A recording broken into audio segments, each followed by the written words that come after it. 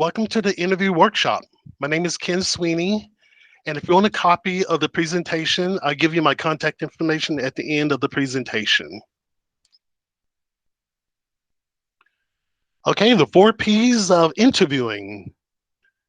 You have to be prepared, be particular, be personable, and be polite.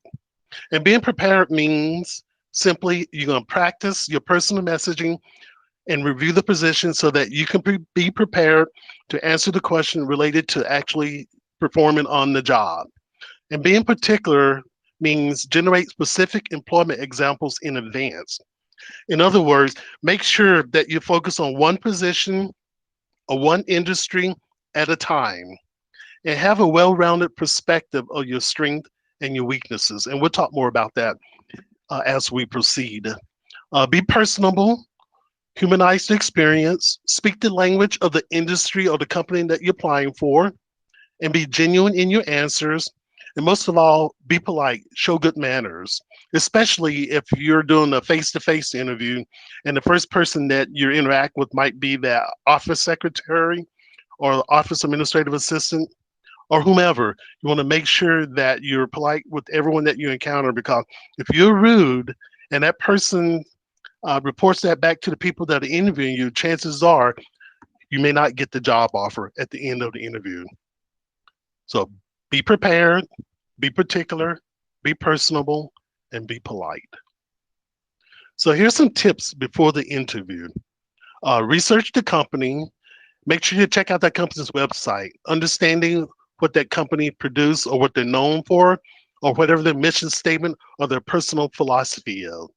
So build your toolbox, and your toolbox is simply a folder or your portfolio where you keep all your job related materials, such as your extra copies of your resume and your cover letter, which you always should take to a face-to-face interview and also have with you if you're doing a virtual interview that we'll talk about later. And certainly prepare an industry appropriate outfit and take ample time to get ready. And I suggest that you leave your cell phones at home, because the worst thing that can happen is your cell phone goes off or vibrates during the interview, which will upset or distract from the process. So make sure that you leave it where it's not gonna become a distraction. Get there at least 10 to 15 minutes early. Even if you're doing a virtual interview, you should always get there early. Again, be nice to whoever you might encounter. And most of all, relax. If you follow those 4 P's, you will be relaxed. 8 essential things to bring to the interview. Directions, especially if it's a physical location. You can print out the directions, or you can use your cell phone navigation system or the navigation system in your car. And what I often do is, if it's a physical interview at a physical location, I usually do a trial run the day before just to pace myself to see how long it takes to get there, being mindful of the traffic. Take the photo identification, especially if you're applying for a government position or you have an interview in a government office. Most of the time, they will require you to identify yourself, and usually it's going to be a photo ID. Take pen and a notepad, and let's pause there for a second. Most people tend not to take a pen or a notepad, but it's good to take a pen and notepad so that you can jot down notes while you're being interviewed, such as writing down those keywords from the question so that you can stay on track in terms of answering that question. So get in the habit of taking both the pen and a notepad. And I mentioned earlier, you want to definitely take the job description with you with those highlighted keywords, extra copies of your resume, and any work samples that's related to the position that you're applying for, a list of references, and your list of questions that you're going to ask at some point during the interview. And I'll talk about that more as we progress. Okay, communication is more than what you say. Your appearance, tone, body language, all need to be on the same page for you to be perceived as a perfect communicator. And that certainly includes your dress, your posture, handshake, eye contact. And definitely, if you're doing a virtual interview, eye contact is going to be critical. So you need to definitely make sure that you're looking directly into the camera when you're asking or being asked questions. And the same thing in a face-to-face interview. Eye contact is critical.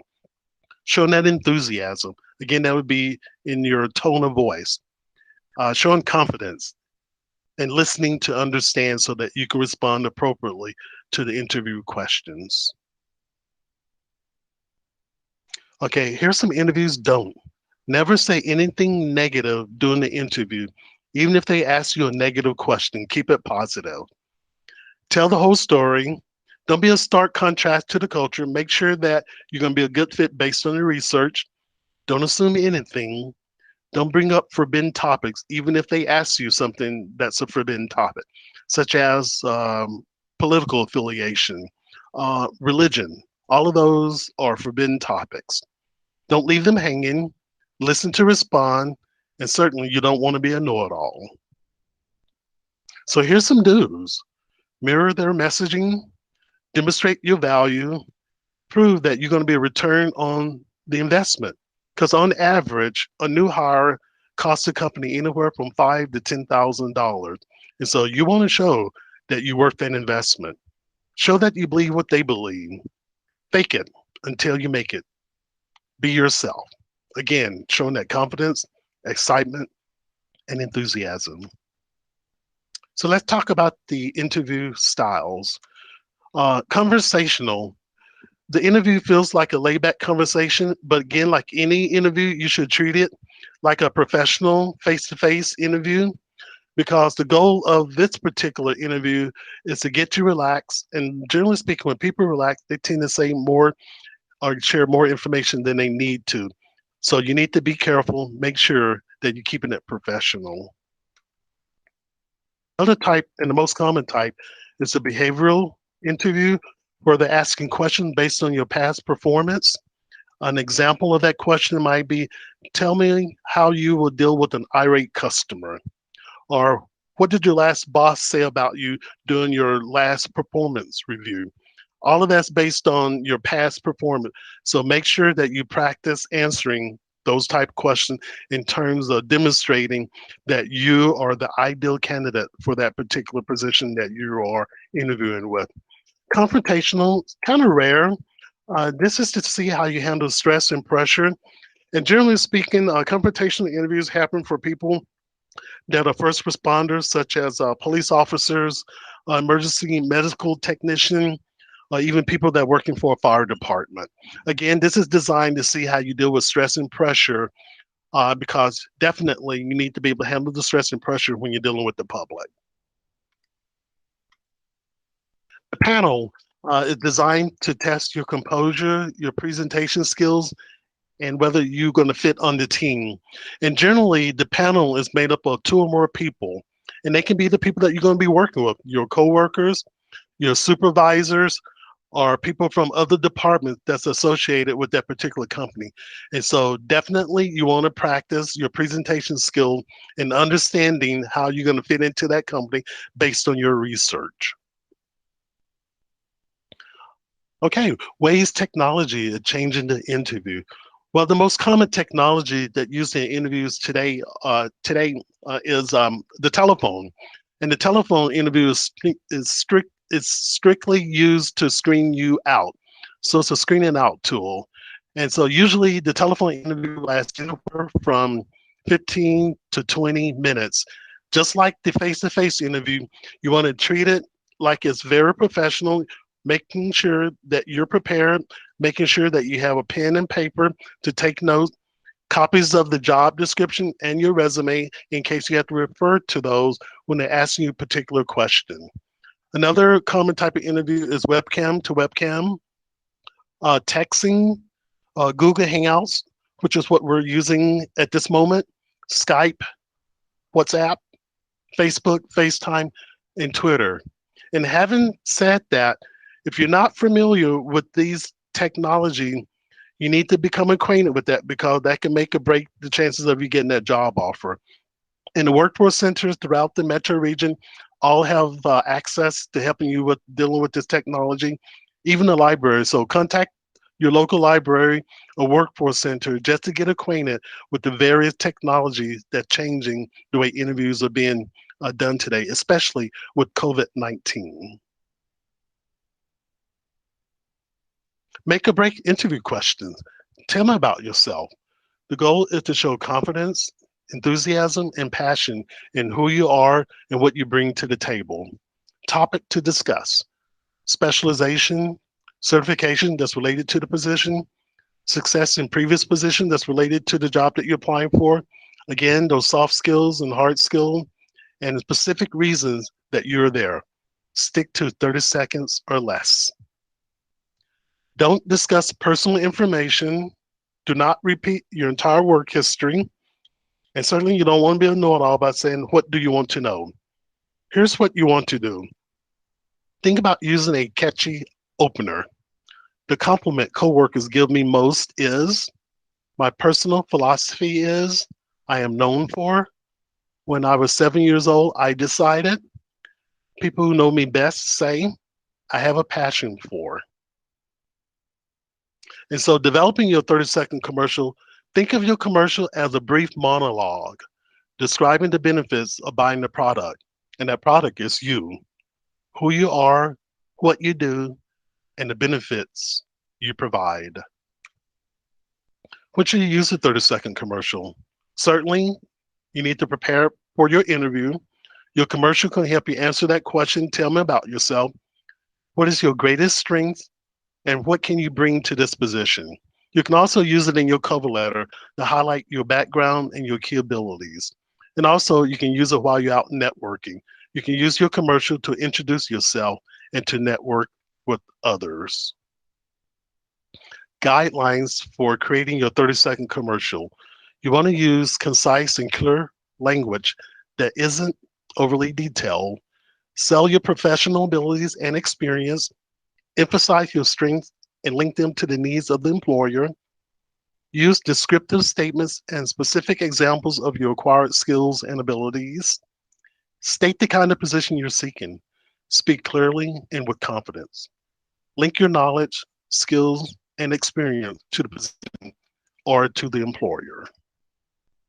Questions to think about in developing your 30-second commercial. What is your career goal? Usually in the form of doing something for someone. What skill, strength, or experience do you have that will help you realize that goal? What accomplishment proves you have that skill, strength, and experience? What are you searching for in a job? And how can you immediately benefit the organization? And here's an example script. So again, at the end of the presentation, if you want the script on how to develop your 30-second commercial, I'll give you my email address and you can simply email me your requests. Okay, questions come in different shapes and sizes. That's why practicing talking about yourself out loud is so important. What is your greatest weakness? What are some of your weaknesses? What are your strengths and weaknesses? If I called your current previous manager, what would he, she say that you need to work on? If you can change one thing about yourself, what would it be? What do you most want to improve in the next year? So the greatest weakness, you don't want to spend a lot of time answering this question, and you certainly don't want to give more than one weakness. Be generic, and you don't want to say that you don't have one. So employers want to know if you're honest and prepared in answering this question. So the goal is to showcase you are self-aware and that you're reflective. So here's some suggestions. Use a weakness that does not affect your job. Choose a weakness you've learned to overcome.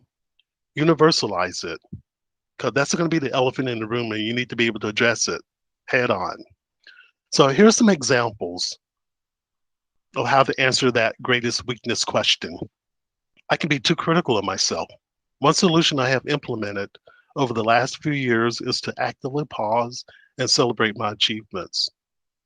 Example 2, I tend to be a perfectionist. Today, I am always aware of how what I am doing affects my team and management. I have learned how to find the balance between perfect and very good. Example 3, when I'm working on a project, I don't want to just meet the deadlines. Rather, I prefer to complete the project well ahead of when it is due. While this means that I never miss a deadline, It also means that I sometimes can find myself rushed when I'm working. I've since learned to slow down, be more patient, and to give each project the careful attention it deserved. Example 4. I like to make sure that my work is perfect, so I tend to perhaps spend a little too much time checking it. However, I come to a good balance by setting up a system to ensure everything is done the first time correctly. I also time myself when I work to prevent myself from spending too much time on one project and guaranteeing I have enough time to get the rest of my work completed. So, what's your dreaded question? Don't hope they won't ask. Be prepared to answer that dreaded question that you may have. And so, do you have any questions for me? So, remember, at some point during the interview, they're going to ask you, do you have any questions for them? So, what should you ask to make a lasting impression? You can ask questions related to the company's culture. For instance, what is it like to work here? Your question can reflect your research by asking about company growth, professional growth opportunity, even about the professional experiences of the people that are interviewing you, or simply, what is the typical day like working here? Some other questions that you might want to ask. Um, what are the most important outcomes for this role? What are your goals for the team for this year? What are some of the problems you've experienced before? So don't ask anything about money, benefits, time off, sick time, special consideration, or validate parking. And don't ask too many questions. So the rule of thumb, generally speaking, is to develop at least 3 to 5 questions related to the position or to the company. However, make sure that those questions has not already been answered on that company's website. Because if they have and you ask, then they're going to know that you didn't do your research. So you don't want to put the interviewer in any awkward position. So make sure you do your research in terms of what are the valid questions that I need to know in order to say yes or no if I'm offered this position at this of that particular company. So how to answer the salary question. So your mission before you consider answering that question, it's important to know the going rate for jobs in your field and in your job market or location. These can be found on the websites like payscale.com, glassdoor.com, salary.com, or even Connecting Colorado. So do some research on these sites to understand the market salary range for the position, size of the company you're interviewing with, location, and your experience level. You'll probably find some conflicting information and wide ranges in some places, but at least you'll get a general sense if you look at a few of these sources. And so experts recommend to put off answering the salary question as long as possible. Here are a few suggestions to strategically delay answering the salary questions with a specific number. When asked, what are your salary expectations for the job? This is a great opportunity to sell yourself while putting the pressure on the organization to make a fair offer by saying something along the lines of, I'm more interested in finding a position that's a good fit for my skills and interests. I'm confident that you're offering a salary that's competitive in the current market. Closing the interview. So if you want the job, make it known. Reinforce your references. Find out what the next step is in the process. Get their business cards or contact information. Again, be courteous. The interview is not over until it's over. So when and how to follow up. Thank you notes. Always send a note through email or regular mail. Following up depends on when they say they will be in contact. If you didn't get the job, follow up again in 2 to 3 weeks later. The person hired may not have worked out, or they may be able to provide tips for future use. The thank you letter. Job seekers must send the thank you letter right after you have been on a job interview. Your follow-up letter should be brief, precise, and professional. Remember to keep it simple. The first paragraph should thank the interviewer for his or her time. The second paragraph is your opportunity to further sell yourself, confidently stating what an outstanding candidate you are and why. Paragraph 3 wraps it up with a final thank you. A follow-up letter must be timely. Usually, it should be sent within 24 hours. Personally, I send the thank you letter the same day that I completed the interview. And here's a sample of that thank you letter.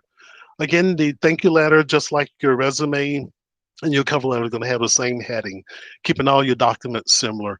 And so if you want a copy of this, again, at the end of the presentation, I'll give you my contact information. Interview recap. And so YouTube is a good website to go to look up a good interview or a bad interview. So check out YouTube. At this point in the presentation, if this was in the building on site, we would do mock interviews. However, since we're doing virtual presentation, we're now doing virtual interview. And so if you want a mock interview, you just simply contact me with my contact information with a sample of your resume and cover letter and the position that you anticipate that you're going to interview with. And I would develop the interview questions related to that position to make it as real as possible. And usually give me about 24 hours to 48 hours to prepare for the mock interview. And so if you have any questions or comments, you can email me at kswiney@broomfield.org. My contact phone number is 303-464-5895.